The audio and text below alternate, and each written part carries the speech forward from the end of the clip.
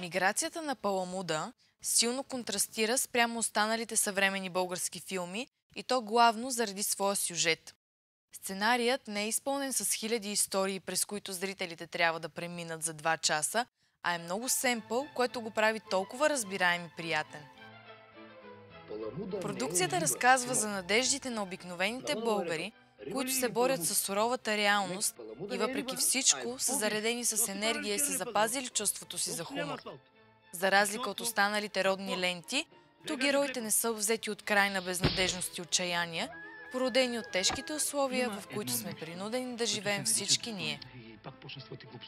Миграцията на Паламуда ни показва как дори най-трудната ситуация може да бъде разведрена и преодоляна с помощта на близките ни хора и, разбира се, известна доза хумор.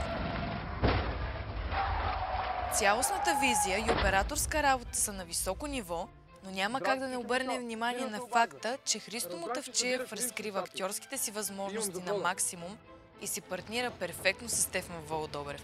Младите Владимир Зомбори и Никола Стоянов, за които това е дебют в киното, прекрасно изиграват персонажите си и представят мирогледа на следващото поколение.